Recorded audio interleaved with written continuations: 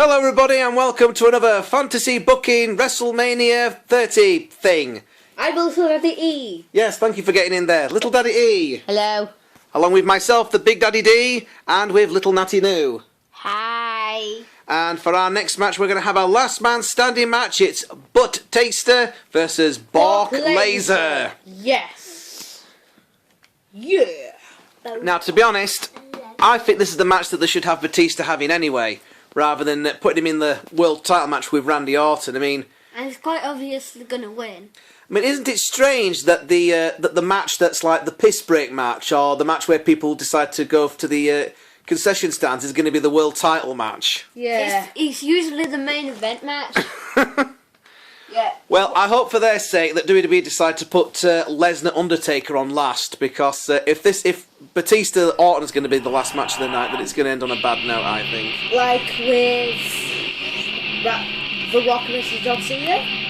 Yeah, that could have ended better, couldn't it? Yes. Yeah, that was boring. But yes, anyway, Butt Taster, who won the Royal Rumble, is going to WrestleMania, and he will be facing Randy Orton for the WWE World Heavyweight title. Randy Orton. But I think this would be a better match, and they've even gone so far as to have an action figure twin pack with Batista and Brock Lesnar in it, saying WrestleMania 30 fantasy matchup. It's like, well, it's not a fantasy. You actually could have that matchup, couldn't you? Like, literally now. You literally can have Batista versus Brock Lesnar. I mean, like the other WrestleMania 30 double figure pack they've got is Ultimate Warrior versus Sheamus. It's like, well, you can't really have that now, can you? Yeah. In fact, we could have that, couldn't we? Ultimate Warrior versus Sheamus on here. Yeah. Yeah, leave comments in the box below. Do you want to see Ultimate Warrior versus Sheamus? Let us know. Do you? Answer me, damn it! I can't answer you, this is a pre-recorded show. Oh, yes, of course it is. And anyway, here comes your boy, Brock Lesnar. Mr. Big Penis Chest. Oh, wait, that's a dagger. Big penis, yeah, big penis chest tattoo, yeah. Brock Lesnar's the only guy who's hard enough to have a big willy and balls drawn on his chest, and no one will make fun of him for it. Just remember when Brock was like on the stage, with the Minitron, the E was cut out because it was like behind a bit of wall, so it said Brock Lesnar. Brock Lesnar. So yeah, from Raw this week, we found out that number one, Hulk Hogan, is going to be hosting WrestleMania 30. So for all those people that said when he went to TNA, oh look, they're doing the same dance. Brock Lesnar and Batista are dancing. That was weird. Dancing. Anyway, this match starts. And still a better dance from Fandango. It is.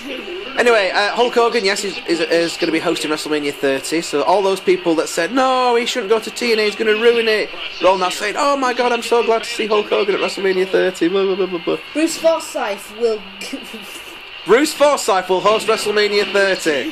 He's about as old as Hulk Hogan. He'll be the special referee for a match with Fandango in it. Yeah, that's it. Problem is though, when he gets down on his knees to make a pinfall count, he won't be able to get back up again because he's old.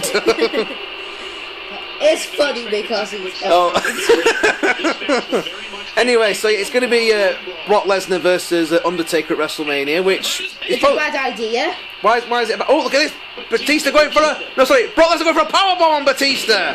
Why is it a bad idea, Little Daddy E? Well, Brock Lesnar's not really one of Brock Lesnar's not really one of the wrestlers that like hold back, and we actually sometimes do hurt people. So. Yeah. But Undertaker's also the Undertaker's really old.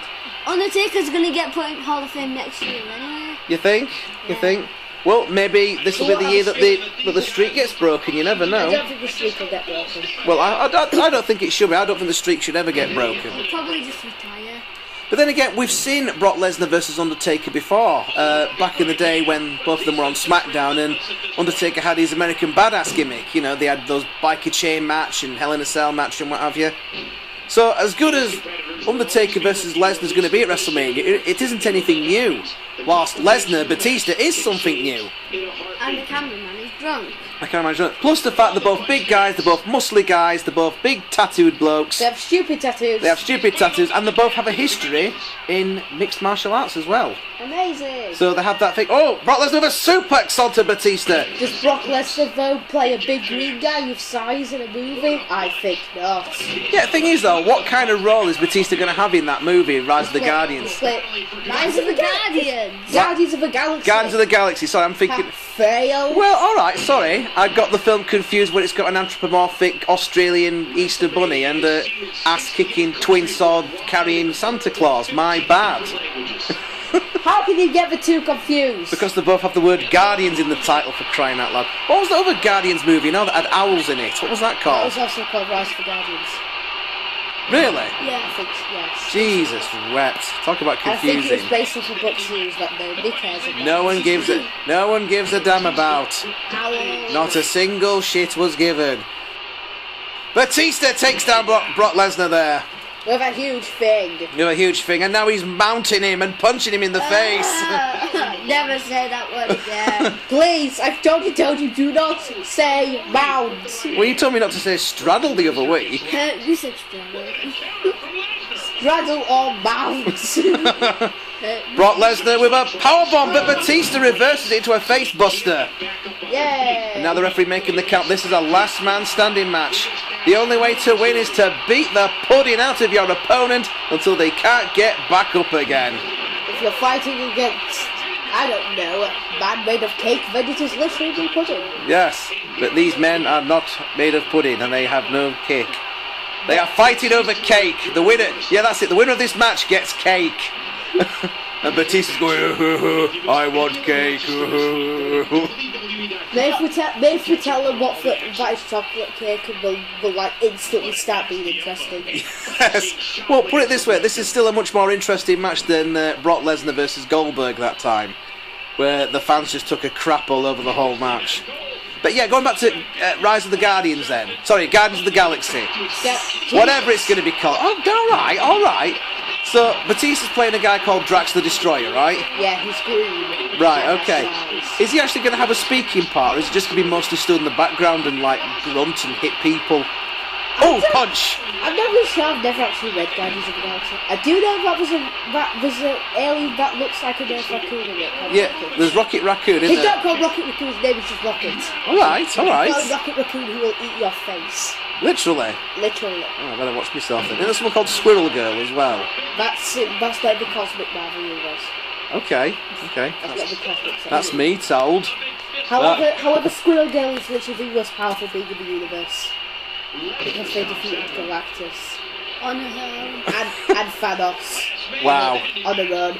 Don't mess with Squirrel Girl, Jesus. She has the power of squirrels. Wow. We've also defeated Deadpool and Wolverine twice. Bloody hell, we better not bring him to All-CAW Wrestling then, she'll end up killing half the roster. With squirrels! With squirrels! I unleash the power of the squirrel. Plus, we don't really have a Divas division. Should we have a Divas division? Oh, hang on. Oh, Batista's on the... Brock Lesnar's on the floor. Batista stood over him. On the floor. The referee's already got to 4. 5, 6, it's like a boxing match, but not 7, really. 8, 9. Fail. Batista wins this match here against Brock Lesnar. Did anyone even hit the finisher? No, I don't think they did, funnily enough. Wow. We saw some power bombs, but... Damn it, Brock Lesnar. Brock Lesnar went for a power bomb, but Big Dave reversed it into a face buster. Uncle Dave. Uncle Dave. Wow, that was literally the highlight of the match. Brock Lesnar laying down. Maybe we shouldn't have this as a fantasy match. Well, no, this is still going to be better than having Batista versus Randy Orton, isn't it? Touché, Peter. In fact, just erase Randy Orton from existence. Yeah, and Triple H as well. Well, you'd be pleased to know that Randy Orton and Triple H will have no part of these fantasy matches whatsoever. Because they're boring. And, if having Lesnar in an alternative match wasn't enough, we have an alternative match lined up for The Undertaker, which is going to be next. Next here on Fantasy WrestleMania 30, we will have The Undertaker versus Sting. Yep, we've done it before, and we're going to do it again. Because why not? And Batista's face scares me. It scares me. I will consume your soul if you do not subscribe to this channel. Subscribe to the channel or Roman Reigns will eat your children. Batista. And Batista will consume your soul.